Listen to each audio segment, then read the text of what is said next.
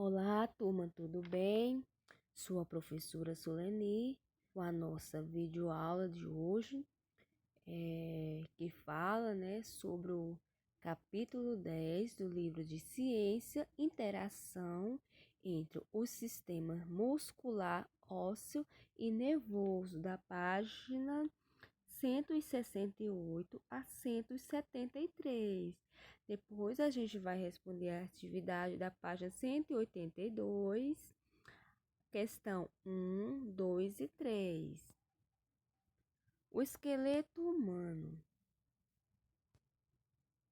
Os ossos que formam o esqueleto humano atuam nos movimentos, servindo de apoio para os músculos. Também ajuda a sustentar o corpo e protege diversos órgãos, como os pulmões, o encéfalo e a medula espinal. Vejam uma ilustração do esqueleto humano na figura.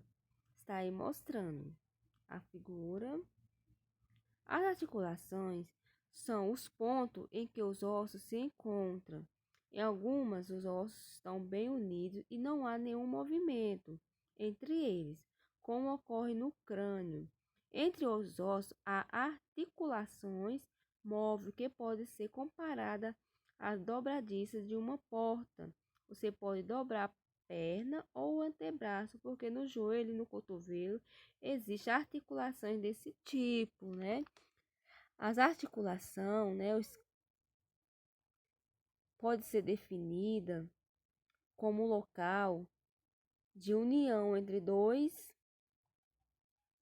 ou mais ossos. Elas permitem que os ossos se movimentem durante um agachamento ou levantar as pernas, os braços, por exemplo. Articulação imóvel que não há nenhum movimento entre eles, como ocorre no crânio. Temos também articulações semimóveis que possuem movimentos limitados.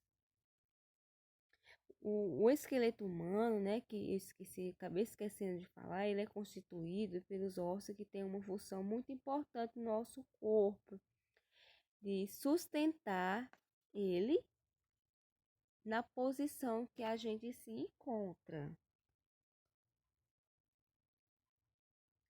As principais partes, da articulação do joelho, os ligamentos, que é um tipo de tecido conjuntivo, são estrutura especializada que liga os ossos entre si, promovendo estabilidade das articulações e serve, de guia para o movimento articular. Une os ossos, aos tendões. O que são os tendões? São estrutura fibrosa formada por tecido conjuntivo, cuja principal função é conectar e transmitir a força muscular.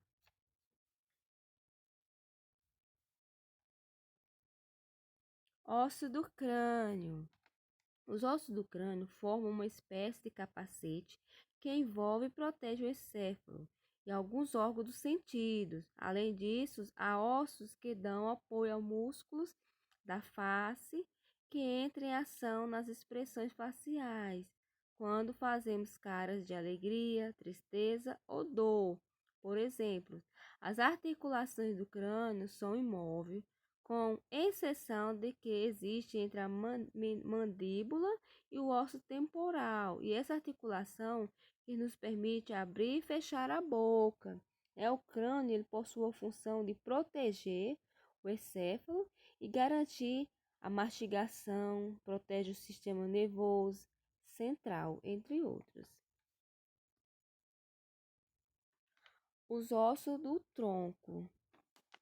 No tronco encontramos a seguinte parte do esqueleto: coluna vertebral, costela, o osso coxal e externo.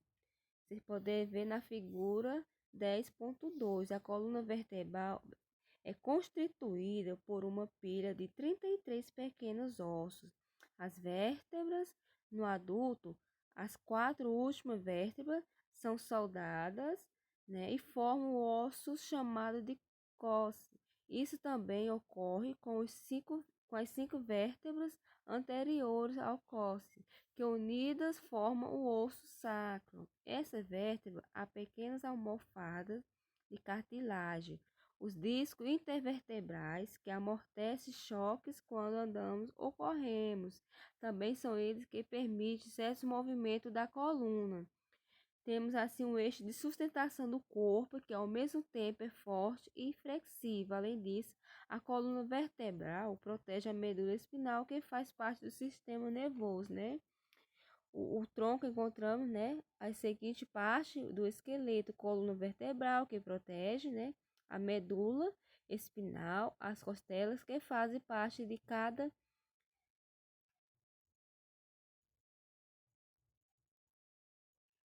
parte do corpo.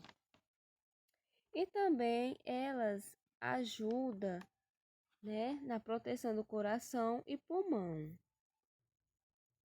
A costela se prende à coluna vertebral e ao osso externo. A cartilagem que une as costelas ao osso externo permite que elas se movam um pouco durante a inspiração e expiração, aumentando e diminuindo o volume do tórax. Esse movimento é necessário para o ar entrar e sair dos pulmões, além do diafragma. Foi visto no capítulo 7. Existe músculo entre costela que se relaxa e se contrai, participando do movimento de inspiração e expiração, que são os músculos. Os membros superiores e inferiores. Os ossos do braço se unem ao tórax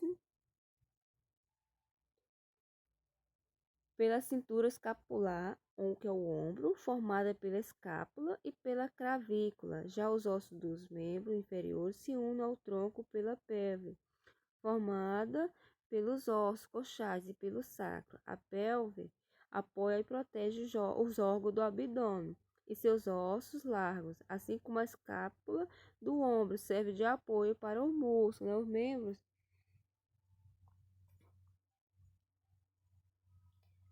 do corpo humano. Os ossos do braço e do antebraço, da coxa e da perna dão apoio para o músculo que realiza os movimentos. As nossas mãos, os ossos e os diversos tipos de articulações e os pequenos numerosos músculos atuam no conjunto, possibilitando uma grande variedade de movimentos, alguns bastante precisos, como o polegar em oposição aos outros dedos da mão, facilita pegar e manipular objetos. Agora, né, a hora da nossa atividade. Primeira questão, reveja a figura 10.2. Depois no caderno, responda as questões. Indique um osso que ajuda a proteger a medula espinhal, parte do sistema nervoso. Qual o osso mais longo do corpo? Qual é o único osso com articulação móvel da cabeça? Explique também qual é a função desse osso. A caixa torácica é formada por 12 pares de ossos. Como se chamam esses ossos? Que órgãos do nosso corpo são protegidos pela caixa torácica? A figura 10.22 é de uma radiografia do tórax. Ao tirar uma radiografia, a pessoa fica entre um aparelho de raio-x e um filme sensível a essa radiação. Então, os ossos absorvem os raios-x e aparecem como manchas claras no filme. Letra A. Identifica a parte do esqueleto indicado pelos números. B. Que órgão aparece como duas manchas grandes e escuras? Bom, a nossa aula de hoje espero ter ajudado. Boa aula para todos.